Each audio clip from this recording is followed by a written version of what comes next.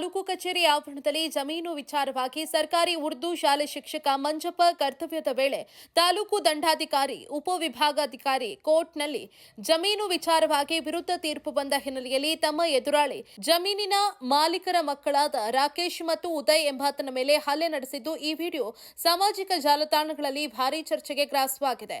ಶಾಲೆ ನಡೆಯುವಂತಹ ಸಂದರ್ಭದಲ್ಲಿ ರಜಾ ಹಾಕದೆ ಕರ್ತವ್ಯ ನಿರ್ವಹಿಸುವ ವೇಳೆ ಕೋರ್ಟ್ಗೆ ಹಾಜರಾಗಿ ಈ ಹಲ್ಲೆ ನಡೆಸಲಾಗಿದೆ ಎನ್ನಲಾಗ್ತಾ ಇದ್ದು, ತನಿಖೆಯಿಂದ ಮಾತ್ರ ಈ ಸತ್ಯ ಹೊರಗೆ ಬರಬೇಕಾಗಿದೆ. ಹಾಗೂ ಈ ಹಲ್ಲೆ ನಡೆಸಿರುವುದು ತಾಲೂಕಿನ ಶಿಕ್ಷಕರಲ್ಲಿ ಭಾರೀ ಚರ್ಚೆಗೆ ಕಾರಣ ಆಗಿದೆ.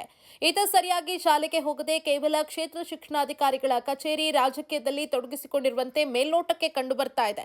ಈತನ ವಿರುದ್ಧ ಜಮೀನಿನ ಮಾಲೀಕರು ಪೊಲೀಸ್ ಠಾಣೆಯಲ್ಲಿ ಕಂಪ್ಲೇಂಟ್ ದಾಖಲಿಸಲು ಹೋದಾಗ ಎಫ್ಐಆರ್ ಮಾಡದೆ ಸತಾಯಿಸ್ತಾ ಇರುವುದು ಈತನ ಪ್ರಭಾವ ಎಷ್ಟು ಇರಬಹುದು ಅನ್ನೋದನ್ನ ತೋರಿಸ್ತಾ ಇದೆ.